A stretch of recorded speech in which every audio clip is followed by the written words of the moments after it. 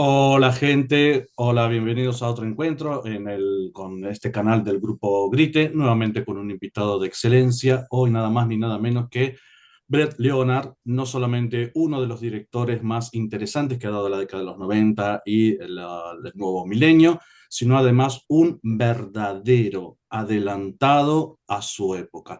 Una persona que trabajó con inteligencia artificial y realidades virtuales antes que nadie lo hiciera. Y en su momento fue discutido y polémico y hoy se le reconoce esa, o debería reconocérsele, esa cualidad de una persona absolutamente vanguardista. Entonces, sin más presentación, welcome, Brett Leonard, to this meeting.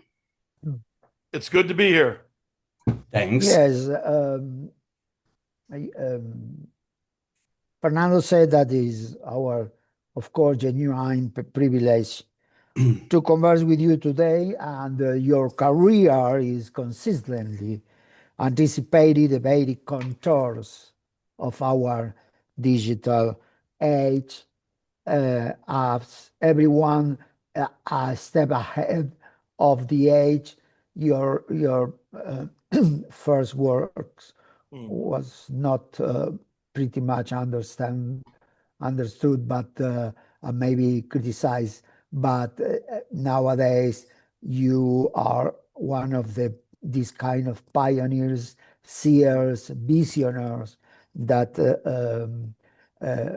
show the path, and everyone follow your lead.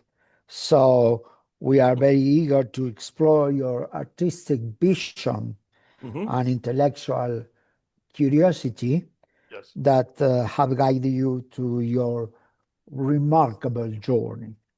So, Fernando, let's far away by asking about your the death and the pit. Okay.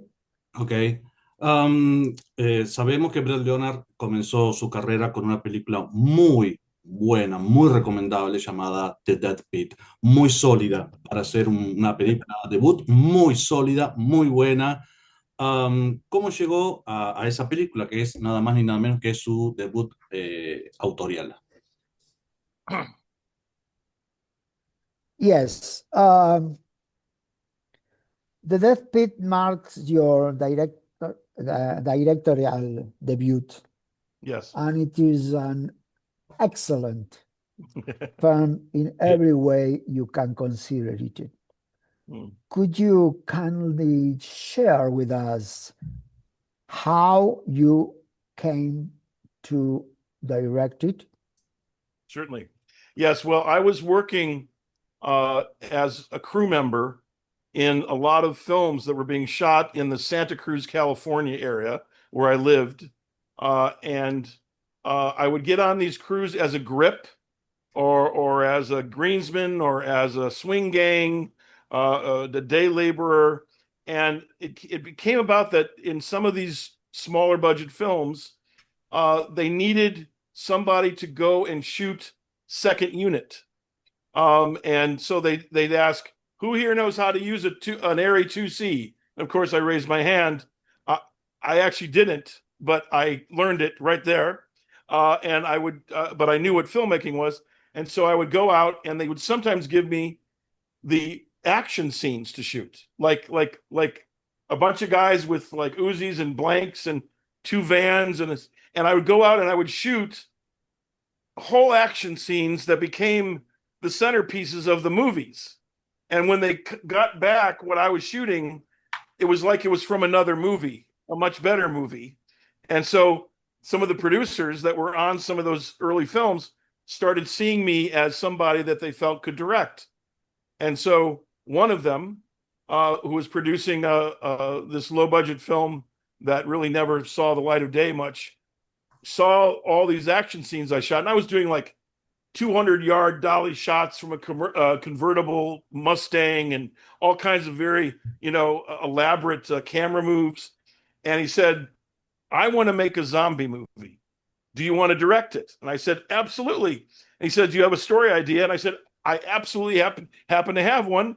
Of course, I made it up right there. I had no idea in my head except I was at this. We were at this location of an abandoned insane asylum, and the abandoned insane asylum was such a great, location that I said I want to set a zombie movie in this insane asylum where a lobotomist, a demonic lobotomist, is creating this dead pit of zombies, and he goes, "Let's do it." And so we literally started shooting that a few months later. I shot it in 35. I pulled every friend and favor that I knew. A man named Marty Collins was the director of photography. He was a very skilled cinematographer. I learned a lot from him. He has since passed on. And we shot that movie in 18 days.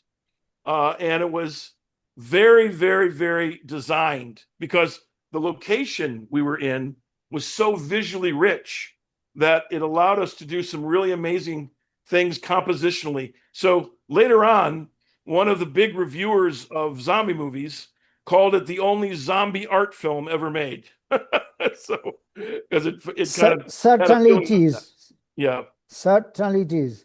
Was a horror genre writer, and in the way of Mr. Lovecraft, I'm very fond of the end of the character with the death of or the insanity. And in yes. this case, I remember I was just for the time of the premiere. I was getting my low grade, so I was quite young, but a lawyer. But I was like a child, clapping hands at the theater because it is so new, so revolutionary, and so fond of my own vision of horror. So this debut couldn't be more suitable for somebody that make a path in the genre. It was really fun to make that movie. We lived in the abandoned insane asylum while we were making it. And I'm telling you, there were ghosts there. There were ghosts of the crazy people that were there. And it had been emptied out by Ronald Reagan in the 1980s. And so it was just falling apart. And we were staying in rooms that were falling apart and feeling the ghosts. And so the film is permeated by all of that energy. And we were a young film crew. I was very young at the time. And it just really, was a passionate project. We were shooting like 20 hours a day. It was crazy. We didn't sleep. Yeah, you went ahead of my question because it is said that all these kind of facilities, asylum, hospitals, former morticians' places have, of course, boneyards, have a lot of, let's say, activity. Yes. So if and you say that actually our friends from the other side are wandering around. Yes. And how do you perceive them? What they are trying to? They are watching. They are inquiring. They are. They're just there, and like there were cold spots. You'd rent a room, and suddenly this cold would happen, and you felt this presence, and it felt kind of crazy, kind of disturbed. And absolutely, we drew from that energy and put it into the film. Now, the film is also an homage to One Flew Over the Cuckoo's Nest, because the scenes with just the mental patients, I designed them like One Flew Over the Cuckoo's Nest. And if you look at it, it has a very similar look to One Flew Over the Cuckoo's Nest, in terms of the location, how they're dressed, how they're moving around, the sort of idiosyncratic aspect of some of the characters. And we gathered a lot of theater actors from the Santa Cruz and Monterey Bay area, and they all came to create a crazy person. and everyone had their moment. So it was very fun. You don't require to create the 13 ghosts. They were almost there. They were always there. Yeah, exactly. Great, amazing, great. What such a beautiful insight. So, Fern, could you keep going? Sí, con respecto a una película que todos recordarán, una película de 1992, que fue El hombre de la cortadora de pasto, basada, pongamos, en el cuento de Stephen King. Fue una película muy atractiva, muy buena, realmente muy buena, pero estuvo enmarcada en una polémica por justamente la poca relación que tenía con el cuento, perdón, de Stephen King.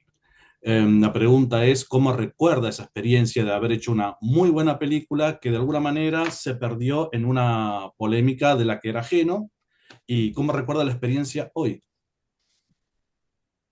Fernando said that in 1992, your hand, the highly controversial film The Lamb Mover Man. Yes. While critics were captivated by your groundbreaking use of virtual reality, the controversy surrounding Stephen King somewhat marred the film's release. How do you view that experience today, about 40 years later? Well, I don't really understand what you mean by the controversy. I know there were many controversies around Lawnmower Man. One was with the Catholic Church, because of the way we were portraying the priest. But of course, then soon after that, a lot of things came out about priests being pedophiles. So it was very, pertinent. But just so you understand, The Lawnmower Man was the #1 independent film commercially successful in that year. So it didn't really mar the release of the film globally. We made the film for $5 million, and it made over 200 million worldwide in all markets. That's including ancillaries and everything. So it was the #1 film for New Line, #1 independent film, to one of the top 25 of all time in terms of negative cost to profit. And so it was, people call it a cult film. It really wasn't a cult film. It was a mainstream hit across the world. But it had cult-like themes and tendencies, and I think some of those more esoteric ideas, sort of tweaked people and made them think about certain things. And, as an example, we used a lot of sacred geometries in the computer graphics of the film. So it has a lot of spiritual content. There's a lot of spiritual content in that film, because I was most interested in the mythopoetic nature of technology and how it relates to the human soul. And that's really what that film is about. Of course, on the surface, it's like Mary Shelley's Frankenstein. It's the structure of Frankenstein, But then we took off from that and explored other themes in the same way that Mary Shelley explored some of those themes in Frankenstein. Oh, indeed. And you say that, and I make a side note. In one of the, I quite do remember this movie, because it was so new, so fantastic, so blowing mind. I really did love this movie, and still do, but for the time was. It was a moment. It was a moment. Oh yes, absolutely. Just to realize the context. No one knew the term virtual reality until that film. No, absolutely. The word virtual wasn't out there. It was something that came about because of the popular nature of the movie. And then suddenly everything was virtual. It was great. Yes, indeed, absolutely. I say I wrote a side note. I'm a picky man, a very, very picky one with the details. I know I used to say that the devil is in the details. And the devil's in the details. Yes. Yes. And many of these flash, how do you say, flash views or flash things They were that called the brain stem sequences. yes, trying to show Enact the how brain. Yeah. the brain is opening to a new realm. Yes. One of them is the most most well-known sacred geometry thing, that is the Solomon seals. Yes. This I saw it. Yes. I'm very picky. I'm telling you. So I have had people now for over 30 years send me stills of frames from those sequences saying, that's the yantri mantra, that's the that's the rose proportion, these are things that the lotus, and because we literally, if you look in the credits of the film, there is a sacred geometry consultant in the credits of the film, a man named Robert Golnick, who he had this huge library of sacred geometries, and we scanned them into the computer and we used them all, thousands of them, in the effects of Lawnmower Man.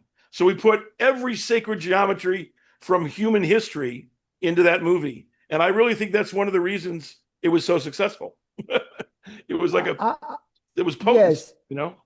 I didn't notice in the credits this aspect that you already mentioned, but since I watched the Solomon seal, I tried to correlate it with the other signs, and now in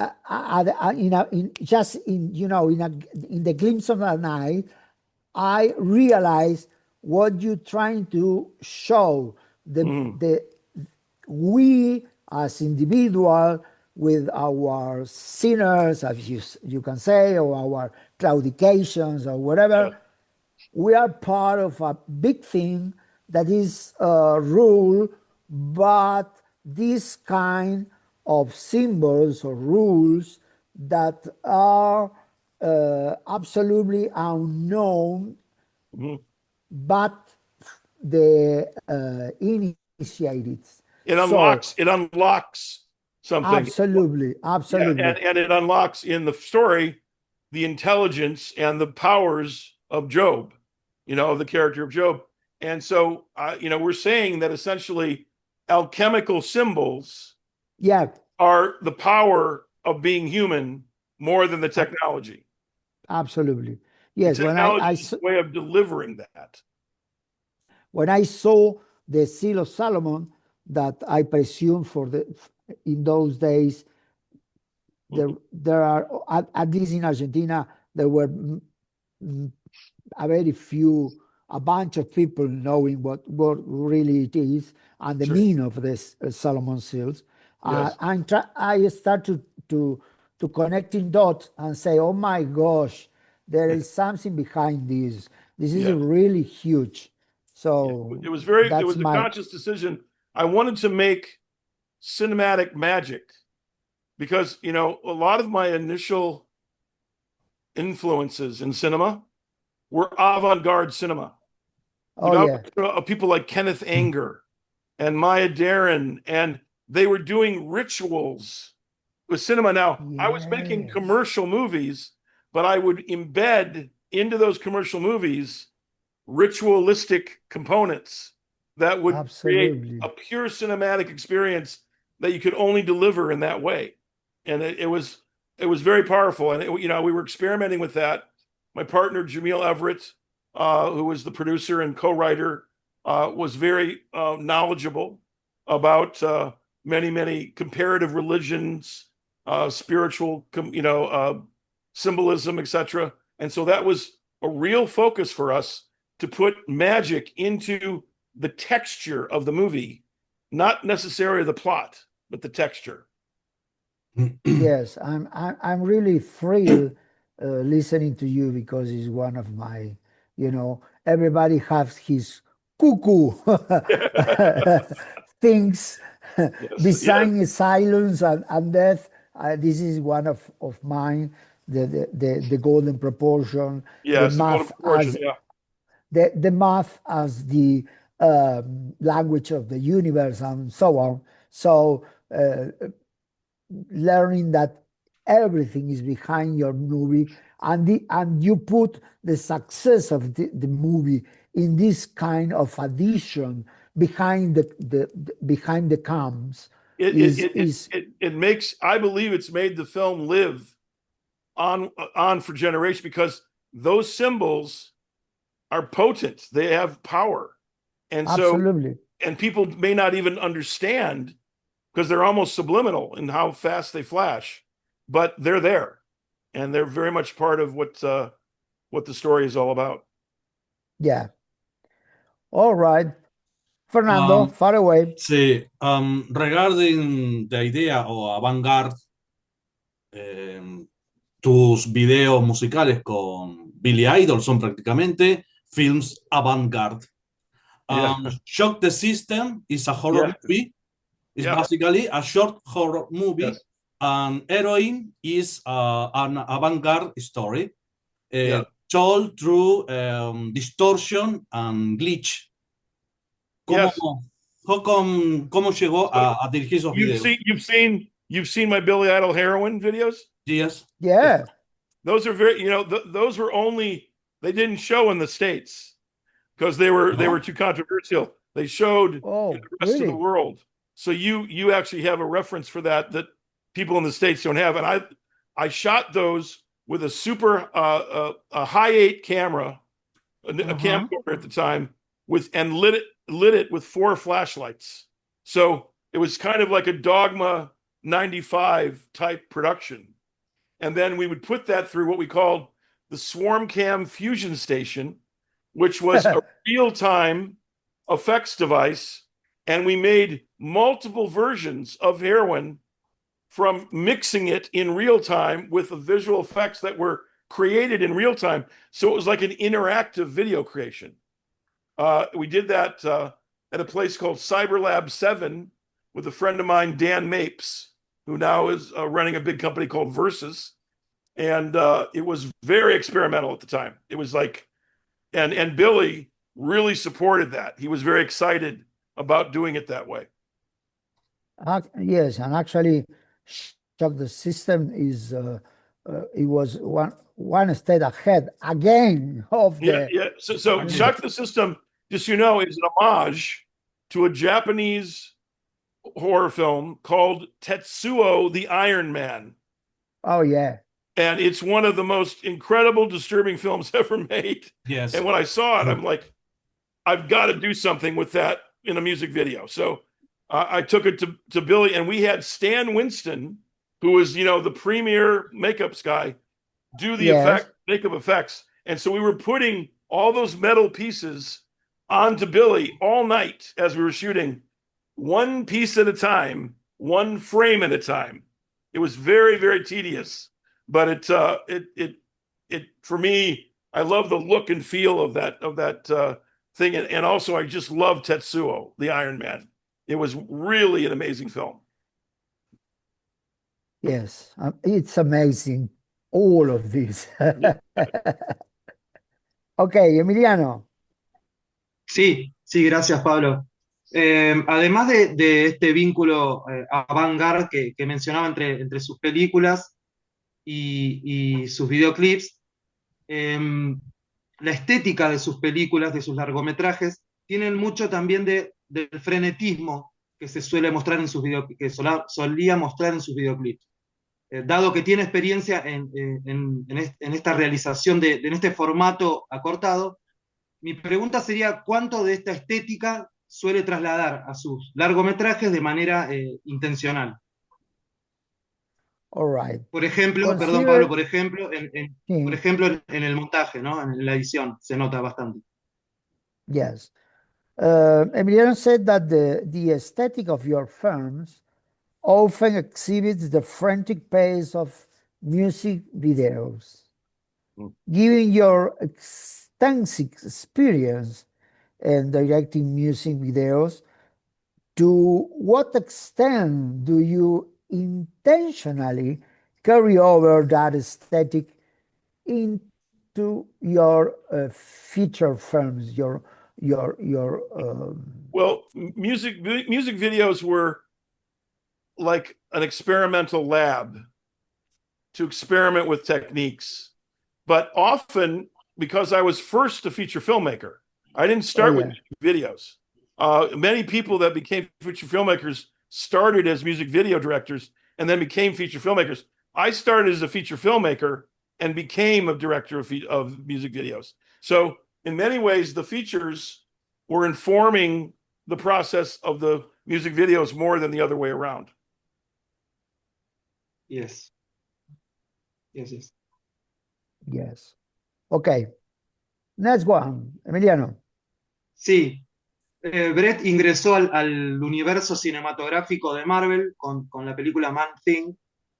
Me gustaría saber cómo le llegó ese proyecto, cómo llega él a la puerta grande, digamos, del cine de superhéroes y por qué se estrenó directamente en televisión por cable, no recuerdo el canal, creo que es Sci-Fi, lo cual imagino que afectó al rendimiento económico en taquilla de la película y a la crítica también. Emiliano refers to your entering in the Marvel Cinematic Universe through the Man Thing. Yeah. Yes. And he would like to know, how did that project come your way, and why it was released directly to cable TV, which I presume that that it have an impact on both in box office performance and critical reception. Yeah, so that was a troubled production.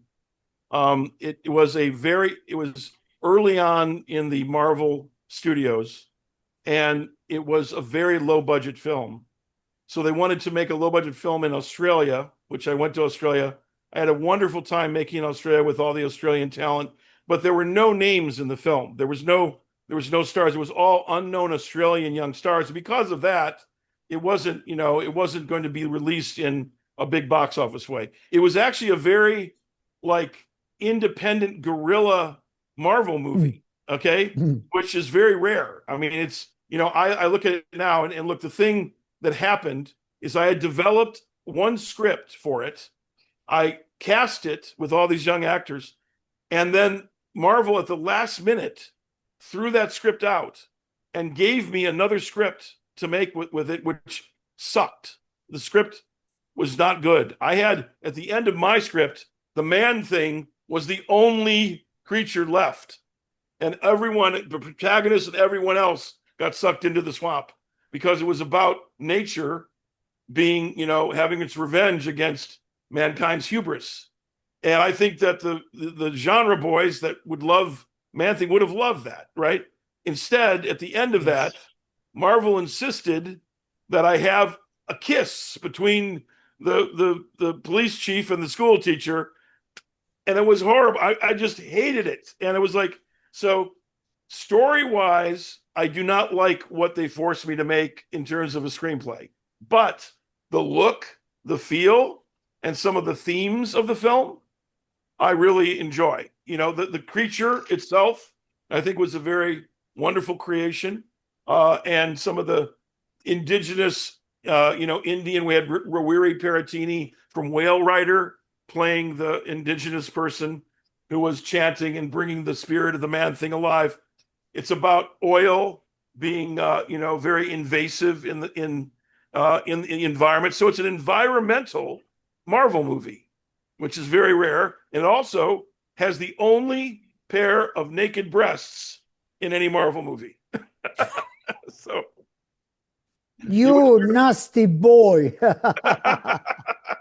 Hey, I was in Australia. What can I tell you? I was south of the equator. It was an Antipodean adventure. Yeah. We live in this side of the hemisphere. I know. So we know that. Things spin the other way. Oh, yes, indeed. Absolutely, you are right. And I spent 5 years in Australia, by the way. I Oh, got yeah? I went there to make Man-Thing, and then I made another film there called Feed, which is one of my favorite films. It's a really disturbing movie, but I made that kind of as an antidote for myself with my experience with Man-Thing. Now, again, I've looked back at Man-Thing, and there are things I'm very proud of in the film, but the story and the script, they forced me to make that script, and it sucked. It sucked. Oh, yeah. It happened quite frequently Yeah. from the point of view But of the I had a really filmmaker. good script that we had developed with Scott Carroll, the producer, and but it was Avi Arad, who basically what happened was the Hulk with Eric Bana opened, and it had a subplot between a father and a son, and I had that in the origin story of the Man-Thing, and he said no subplots with fathers and sons because the Hulk didn't work. I'm like, it's a totally different thing, totally different movie, and so they dumbed it down and made it very, very basic, and I should have actually walked away at that point. I learned a lesson there. But I had all these people in Australia. Their livelihoods are dependent on this film being made. We were just a few weeks from shooting when a new script came through the fax machine. It was horrible. It was like, Oh, yeah. So I tried to improvise during the scenes, and when the rushes went back to Marvel, they said, "Don't improvise. Do the script." I'm like, oh my God. I'm just trying to. I literally said, "It ain't Hamlet," and they took that. They didn't take that very well. It was they wanted to control exactly what it was, and then at the end, of course, who gets the blame? Me. So Yeah. but it wasn't my script. It was not my script. I can't help myself, but I need to ask you, Yeah. according to your experience, you're a man of the industry, Yes. even a sniper of the industry. Yeah. But Yes. Yes. but how come this pretty often situation of very bad scripts, filmmakers are forced to realize to film, knowing, but I don't know, I don't understand the studios. There is anybody that understand that this piece of what Yes. is considered as a script is going to nowhere, instead of, in your case, your script, but another script or whatever. Yeah. What happened in the middle? What are the tension, the forces? Well, in that case, it was literally because another movie came out that Avi Arad thought was going to be a Oscar-winning movie. He had Ang Lee directing it, right? It was $200 million film, and the critics hated the story.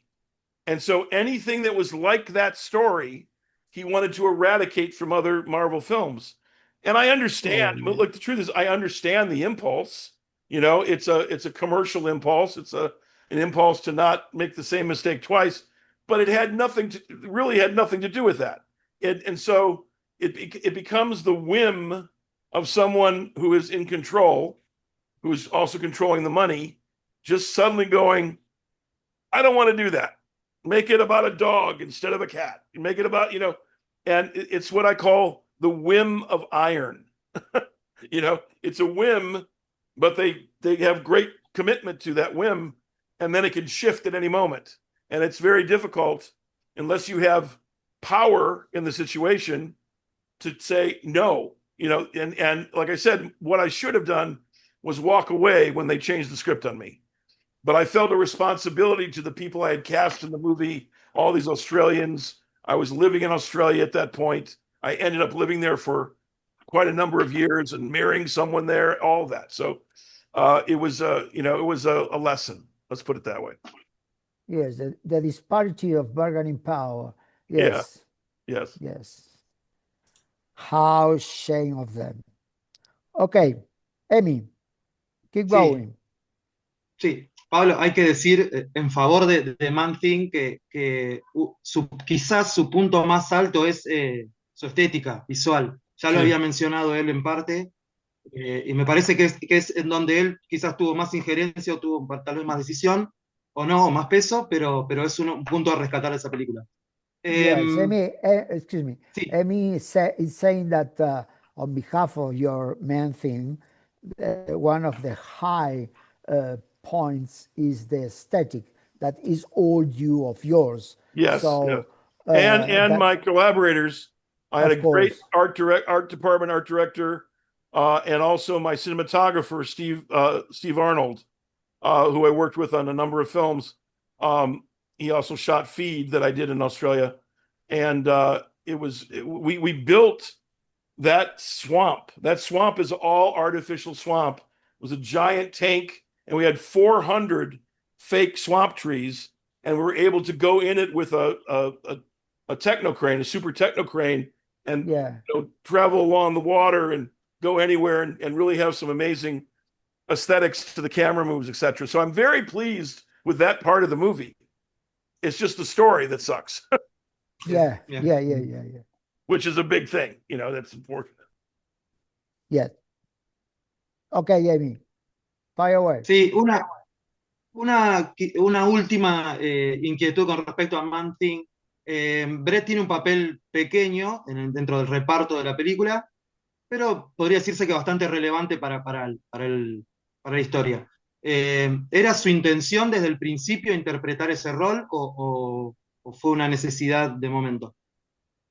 Staying with the main thing, Amy said that you play a relatively small but significant role I as do. a forensic expert. Yes, it's the only. And I'm actually the coroner. yeah, The and coroner. we would like to know that it was your intention to portray this character, or was just a requirement of the No, no, no. situation? Look, I started as an actor in the theater. Oh, My original training was as an actor in the theater. And Bien. so I wanted to portray a part in this because, I was in Australia. It was we had a lot of control of that aspect of things. And I was able to put myself in that part for fun. It was for fun. all right. Bien. And Good. I had a lot of fun with it. I was trying to be like I had the cigarette, like the cigarette that the coroner in Chinatown had. I was flicking the cigarette like he did. So I had a lot of homage things in it that I was having fun with. Yeah. Yes, The only film, except for Dead Pit, I'm in Dead Pit at the very beginning of Dead Pit. I'm one of the screaming crazy people in the beginning of Dead Pit. You're seeing it through the door window, and I'm screaming, and it's one of the, and then my credit comes right after that. But I missed that shot. That and also in Man Thing. Those are the two times I was in my films. All right. Yeah. If Hitchcock can do it, why not me? I thought I got to do at least one Hitchcock. All right. Come on, Emiliano. No, voy yo, ya Claro. que estamos hablando de actuación, estamos hablando Ajá. de grandes actores, entonces la pregunta es, ¿cómo fue pasar de trabajar con actores con nombres poco reconocidos a verdaderas estrellas como Jeff Goldblum, Russell Crowe, Pierce Brosnan o Denzel Washington? ¿Cómo fue trabajar con ellos? All right. Fernando said that after working with as you told us, not quite known Australian actors and actresses, and then you work with an array of Yes. hot shots, Hollywood hot shots, or in the beginning of Yes. the. Yes. Well, Russell But Russell was not famous when I did. yeah. I helped make him famous. Yes, I'm referring Yeah. to Russell Crowe. What Yeah. was the experience like working alongside of Jess Goldblum, Russell Crowe, Pierce Brosnan, or even So all of them, Denzel Washington? yeah. And I also directed Anthony Hopkins. He was the Oh storyteller yes, in my film Magic Box. So it was a great blessing to be able to work with these amazing actors. They're all completely different in their techniques, all incredibly talented actors. Obviously, Anthony Hopkins is, schooled in the English tradition of acting, could do anything and make those choices. Russell is completely instinctive. It's all just instinct, and he's genius at that instinct. Pierce comes from, he was a street mime in Dublin. He was a physical actor. He was came out of that tradition and has grown, I think, as an actor through his career in a tremendous way. And of course, Denzel, there's no one like Denzel. I mean, Denzel is both a tremendous actor of incredible power and a movie star, and that's a rare combination, very rare combination. So it was a great blessing. Now, Jeff Goldblum is a creature. He is just, there is no other creature like Jeff Goldblum. And you get that creature when and he's just, you love him. There's something about Jeff, whether he's playing evil or good or whatever, you love him. And he's one of the most intellectually advanced actors I ever worked with. We used to do like Meisner technique, practices, exercises on the set before he would go on to shoot. And I just had a wonderful time with him. He was so much fun, and then Christine Lottie, who's in that film with him, wonderful actress that came out of the theater, and many, many, many others. I mean, I helped start Alicia Silverstone's career. Yes. She did Way, and at the same studio, she did Clueless was the next film she did at the same studio. So they saw her Way and got took her there, and she was perfect for that. I mean, amazing performance. So I've been very blessed to work with incredible actors and have a lot of fun directing them because they're all different, and that's what's fun about it. You have to find a new language system with each actor in order to convey what you want. And sometimes you just have to be very minimal, like with Denzel, very minimal. Like you might say, a little faster, and you go, okay, and because he has so much skill with what he's doing and understanding the choices, I don't want to get in the way of that, And then Russell, who was very new in some ways, had done a lot of movies in Australia by and large, but had only done one movie in America, and this is his real lead role in a film in America, the first one. And he was so instinctive that we started improvising. He started improvising a lot of the part, and I wanted him to do that. So it brought more richness to the script because his ideas were really good, and he created that part to be more humorous, more. It's, as a matter of fact, it's one of his most humorous performances in any film. He's really funny as Sid 6.7, and also evil and threatening. So that was a whole different process than working with someone like Denzel. I do remember a couple of decades maybe ago, Jeff Goldblum was over here in Argentina in a road show of one of these movies. I don't know, maybe Jurassic Park or something like that. Yeah. And he was invited to a late night show, and of course, to talk about the movie. Yes. Let's say Jurassic Park.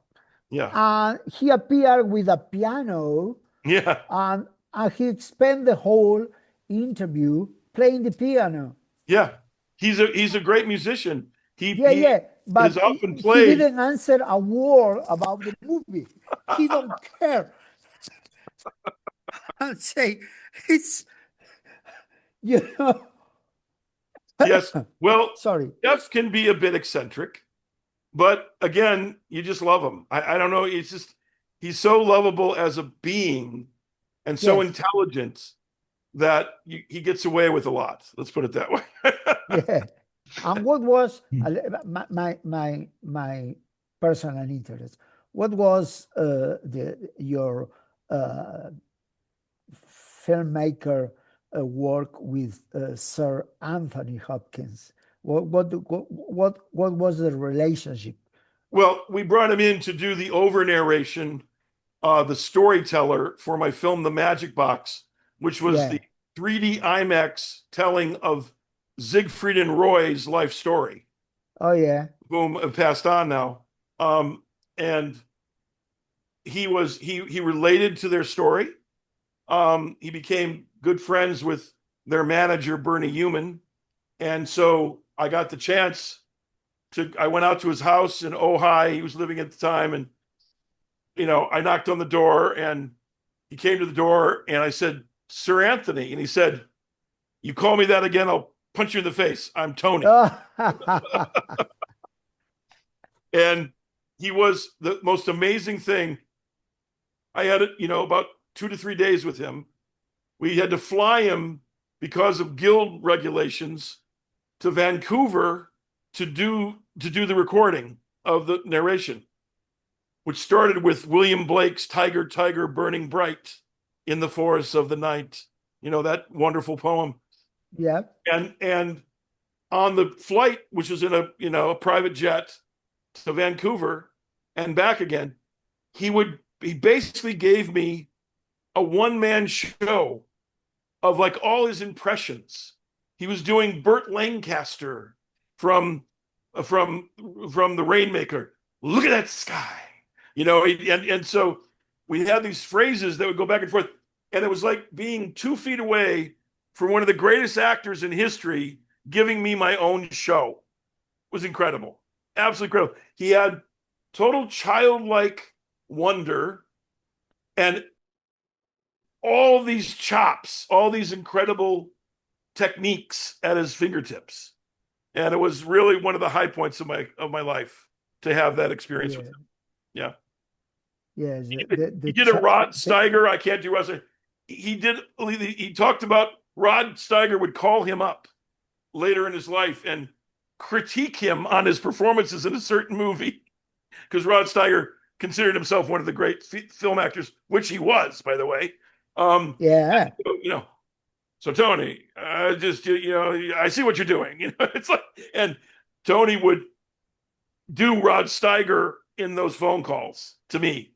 So it was an amazing experience with him. Yes, you mentioned the child's astonishment in front of to he's alive. He's alive kind, creatively in his inner child, is and yet he has every control of every move, every eyebrow. He just knows that technique, the use of his instrument, which is the English. That's the English tradition, the old Vic tradition of acting. It was not method. It was something you knew how to use your instrument, and he just exudes that. Yeah. Yes. All right, guys. Who's next? Emiliano. Emi? Sí, voy. Una acotación, Pablo, mientras comentaba esto de Anthony Hopkins, Brett, no podía dejar de pensar en The Father, la película que hizo hace un par de años, en la que realmente está plasmado todo esto que muestra. Todos los matices y las, digamos, las reencarnaciones de todas las etapas de la vida de una persona en un solo personaje, en un tiempo acotado, en un límite de tiempo acotado. La verdad es que se refleja muy bien, me hacía acordar esta película. Yes, Amy remember one of the last film of Anthony Hopkins, The Father, where all these nuances that you mentioned are portrayed, revisiting the whole life. That film floored me. I cried so much in that film. That film was so powerful emotionally. When he starts crying and just saying "mother" at the end, I mean, oh my God! And almost no actor could pull that off except him. I mean, that is a tough moment to pull off, and where he literally becomes a child again. Oh, Yes, yes, I felt the same. Right now. Yes. Yeah. Yes, Very powerful. This film cracked my legs because my mom, for those times, Yeah. was suffering this Oh, kind I'm sorry. Yeah, of illness. So yes, so it's quite astonishing because yes. one thing is having, in this case, my mama, but Yeah. in the other say that beyond the fictional agreement, that is an actor making a character, a mask, Yes. and how can twist his own, not only emotions but his own body to that is what excludes yeah. the emotion going out. That's what the thespian does. The thespian, who is, it comes from the temple of Thespa. It's a long tradition of being able to transmorph yourself for the benefit of the tribe, for the benefit of the community, exacerbate these emotions and show what they are. It is a sacred work to be an actor. It really is. Yeah. It's a sacred, Indeed. It's a sacred position. And of course, it's made complex because if an actor becomes popular, we pay them all this money and they have all this fame, and yet that's really not the reason they're doing it. It's a much deeper soul reason that actors who are great do that work. And it's a profound work. It really is. I love actors because I started as an actor myself and realized I wanted to direct more than act. But it was a profound experience for me on the stage. All right. Yes. Amazing. Well, who's next? Bien. Emiliano. Sigo. Sí.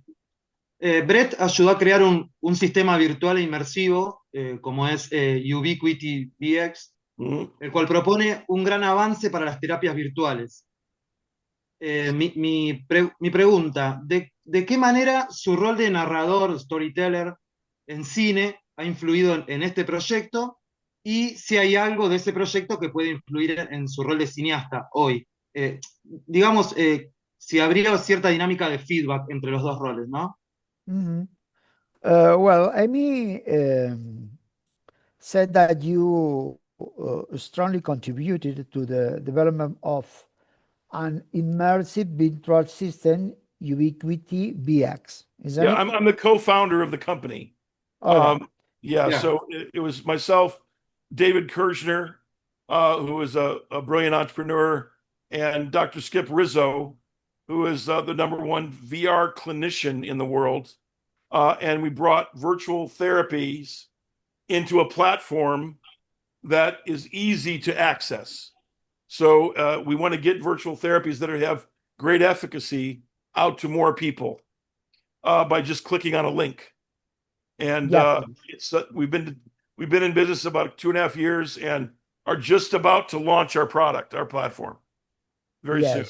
So the question of Emiliano is, what has your role as a storyteller in cinema influence or have influence in this project? And if there are any element of this project that could impact your approach to filmmaking today? So it really came out of the work I did on The Lawnmower Man, because in The Lawnmower Man, I showed virtual reality stimulating the brain and making it better. Dr. Skip Rizzo saw that 30-some years ago, and it was inspiring to him to take some of his work in that direction because of the movie. So that when I met him years later, we both were inspired by each other. And that's the beginning of Ubiquiti, with David Kirshner bringing the whole, entrepreneurial business element and brilliant strategy. And so it really came out of my filmmaking. It came out of me telling stories that were cautionary tales about virtual reality, becoming associated with virtual reality, and then now wanting to do something with that technology that's positive for humans. And that was my That was my motivation. I wanted my legacy to be something utilizing the thing I told stories about to be a positive use case, not just a cautionary tale. All right. Good. Good. Yeah, thank you. Per? My last question is about Feed, one of your best films. Thank you. It's, I agree. I agree with that, by the way. it is a risky film. It is. It is. Es una película, la recomiendo muchísimo, es una película maravillosa, toda filmada en una paleta de color amarillo enfermizo.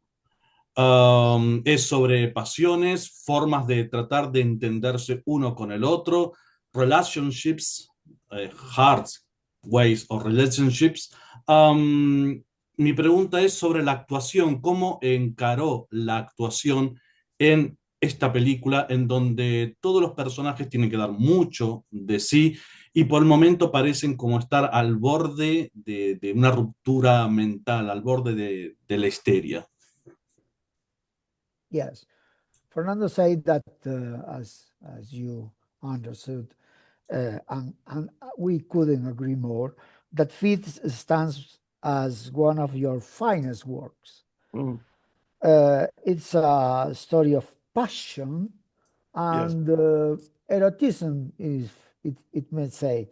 So, all drenched in a sickly or unhealthy yellow palette Yes. with characters teetering on the edge of madness. Yes. So the question is, how did you approach acting in a film of such a nature? Most of the characters seem to hover dangerously close to hysteria. Yeah. You know? Yes. So, look, again, I told you I had made Man Thing, and it didn't end well because I had to, because of the script. And so I had a wound in my soul, and I wanted to make a movie where I had much more control and was able to make something that had the powerful kind of ideas that I knew we could create in that genre. And so Feed was that antidote. Now, the actors in the film were very involved with the creation of the concept. Patrick Thompson, who's Jack Thompson's son, one of the actors in several of my films, he's also in Feed, a great actor that has a huge history. And then Alex O'Loughlin, who has been the lead in the new Hawaii Five-0 series for the last 10 years. That was one of his first films. They brought me the concept of the feeder gainer and said, we'd love to play parts in this movie. And so we brought in a very skilled writer, Kiram Galvin, and we developed it all together. So it was very much a community movie. Yes. And, we were making it for a very low budget. So we had control. And I just heard they're about to do a new 4K restoration of it and take it out again because it's had such a positive response around the world, except for in the United States.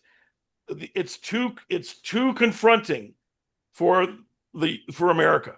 It's like, you know why? Because it shows a certain part of America. It's about, in a sense, I said it in my hometown of Toledo, Ohio, but I shot that in Australia. So I was shooting a twisted funhouse version of my own hometown in Australia, representing this kind of sickness of America, of consumerism, of beauty being only one thing, of sexuality and the obsession of that. And there's a lot of metaphors in that film. I see it as my most Kubrickian film because it's both a very disturbing movie, but it's got a lot of humor in it too. I see the whole thing as a dark comedy.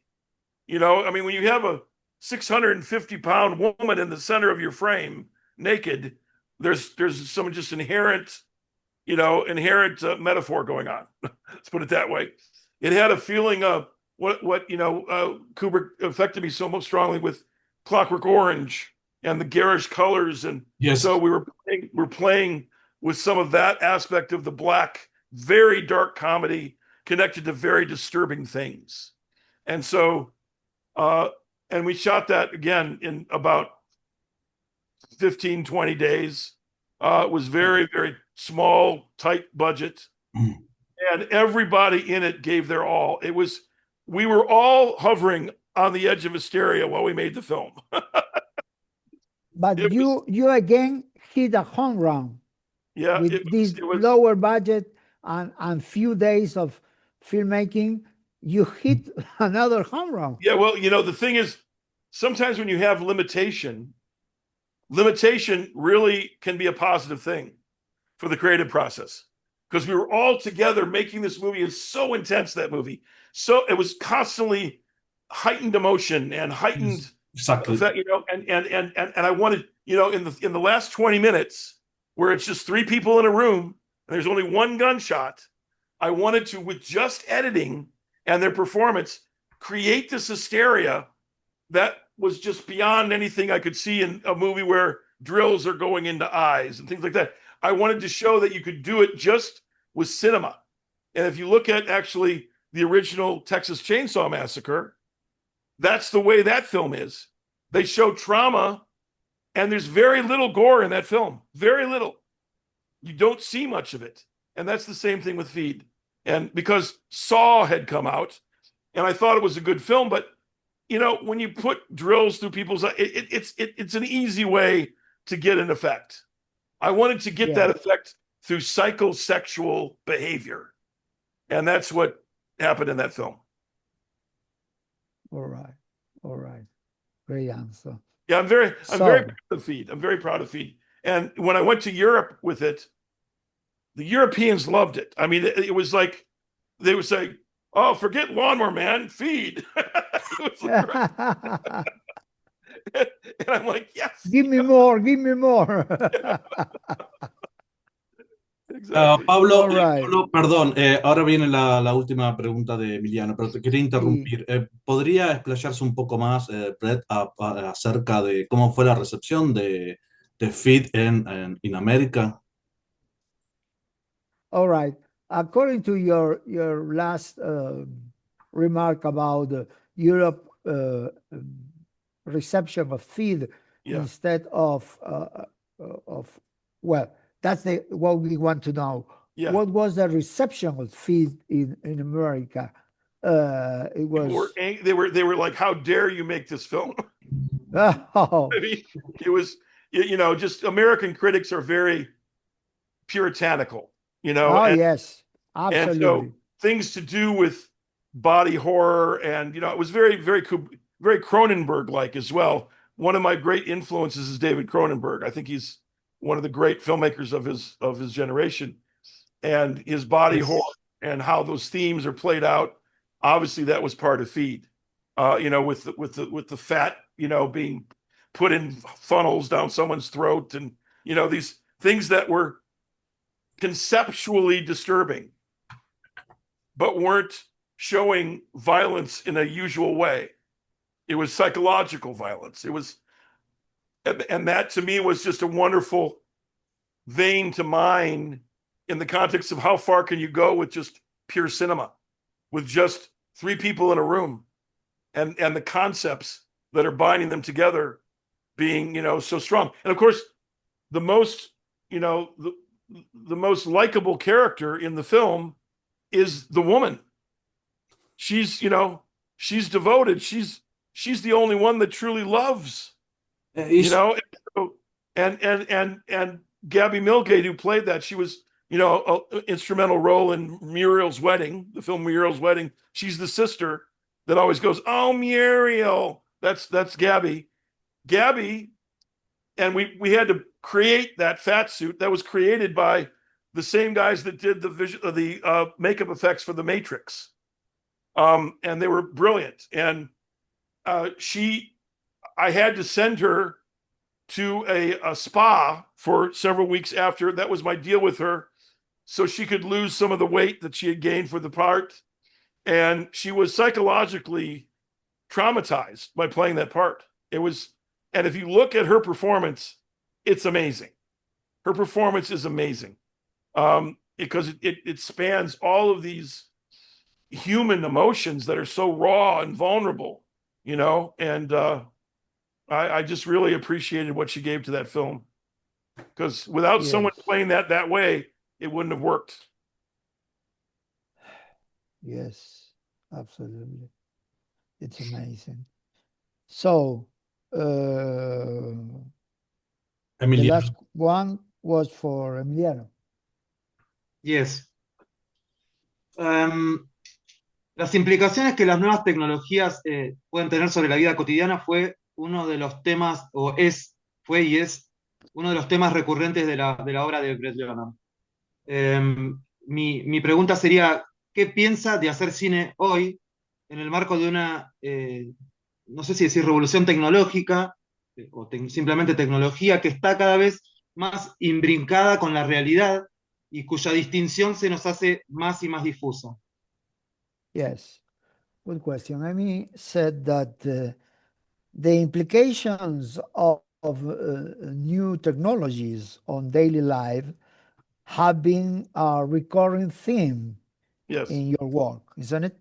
Yes. So, what are your thoughts on filmmaking today in a world where technology is increasingly integrated with our reality? We're discussing about that out of camera.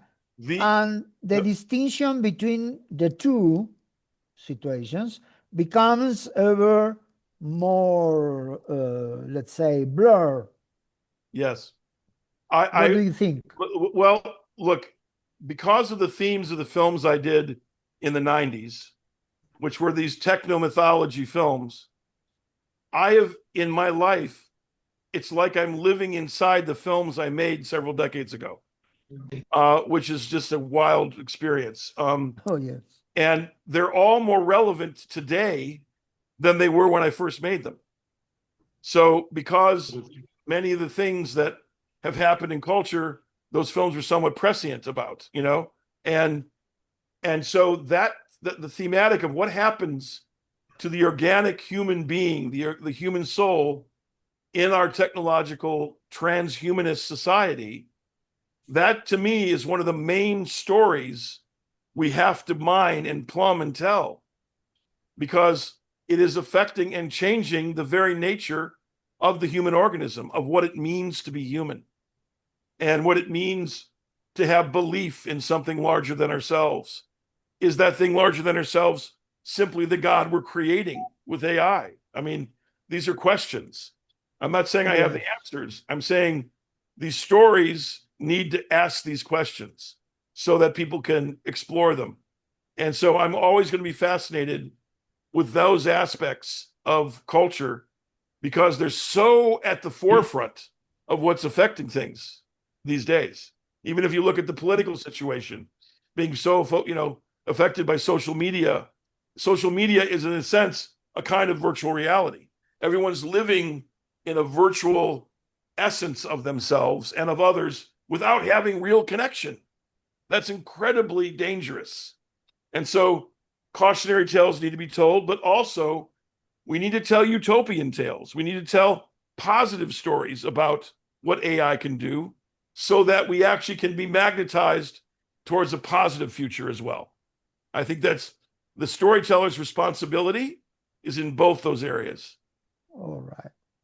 And if my colleagues over here allow me, I would like to make some kind of synthesis question of all that we have discussed over here. Looking across your career as a whole, what do you feel remains your most enduring artistic preoccupation, the advancement of technology, the fragility of humanity, or the delicate interplay between the two? The delicate interplay between the two, really, because storytelling is at the core and has to be, the human story is really at the core of what we respond to as human beings. The technology is just the set and setting. It's things that come from us. That's why I hate the term artificial intelligence. There's nothing artificial about it. It's coming from us. We're natural beings.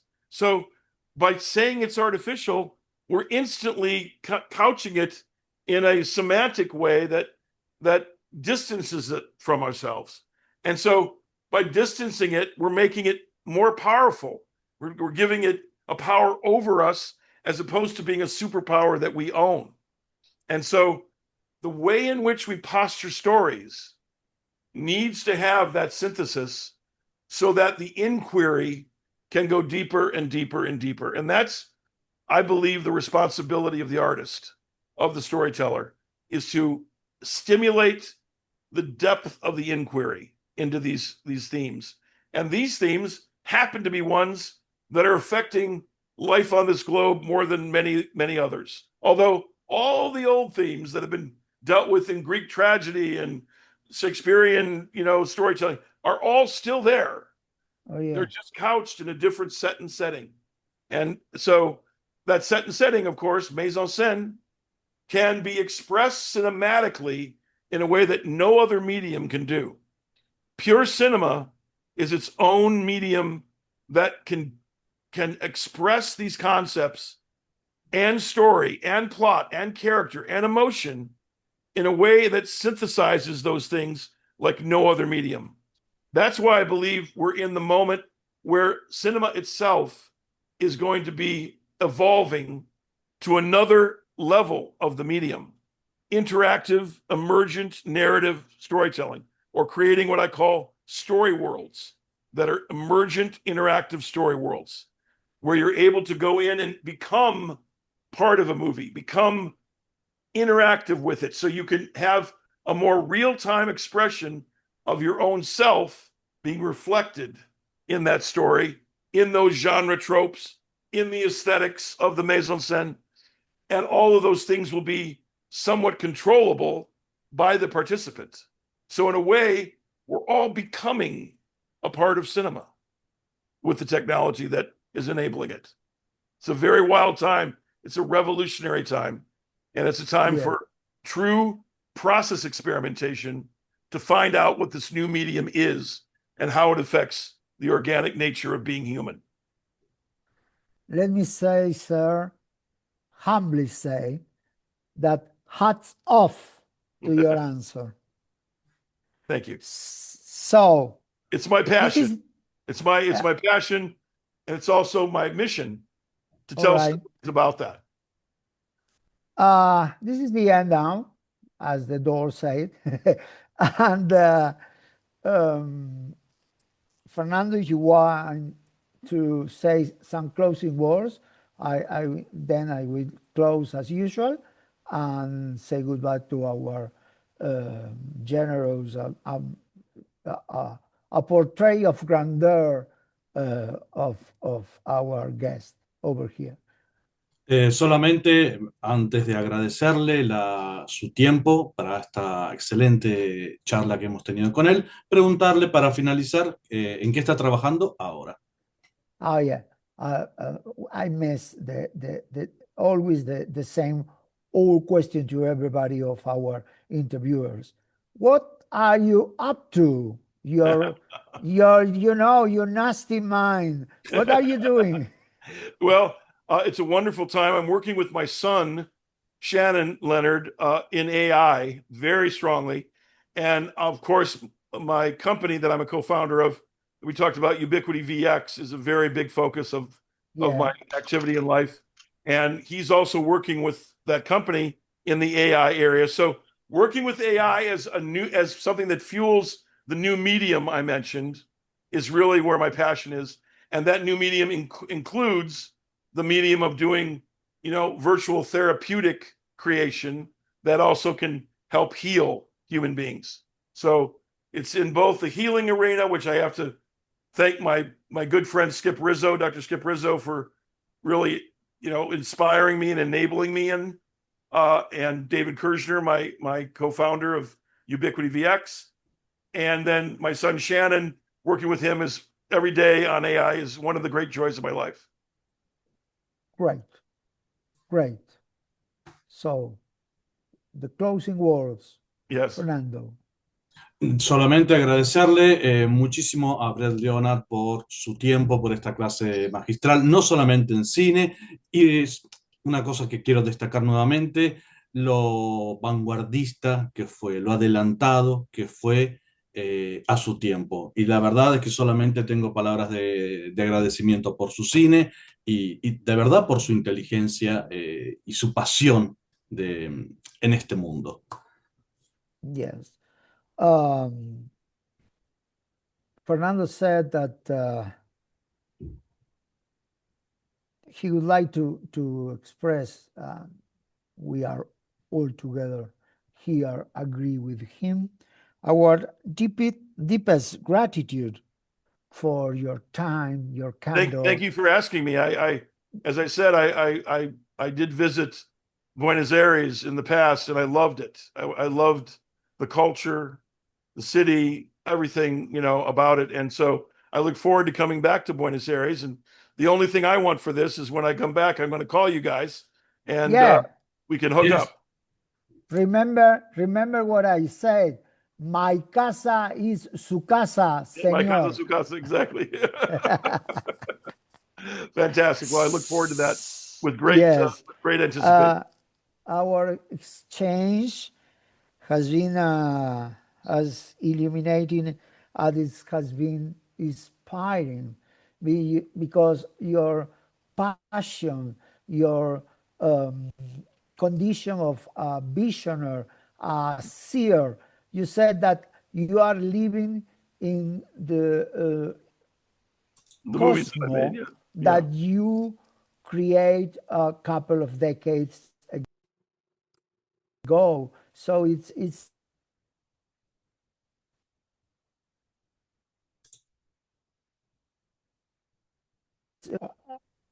there is no pretty much people around the world that can do that. I was adding to that. There are many people that contribute to that vision, and I was just whatever small way doing my own work to contribute to that vision, and it's allowed me to now kind of live in that vision, which is a great blessing. Yes, I think I speak for all over here that we trust your visionary work shall continue to provoke both thought and wonder for the years to come. So, Mr. Brett Leonard, that's my hope. That's my hope. Thank you very much indeed for your time, for your generosity, or for this masterclass, not only of filmmaking, but about thoughts, dreams, ambition, and of course, all glued together with your passion. Where will this be shown? Where will this be shown? This in a month. In a month, more or less. Friday night, we will. Fernando will let you know through the Grupo Grite. It'll be on YouTube. Channel. Yes. Great. Okay. So please send me the link when you can. That'd be great. Yes, for the whole community, you're gonna be there, and for the posterity, of course. Once again, thank you very much. It was a really pleasure. Guys. Have a wonderful whatever time it is where you are. My is your parrilla. Fantastic. I'll give you a call when I'm coming. All right. Take care. Bye-bye. Thank you very much. Bye-bye. Bye. Thank you again. Ciao.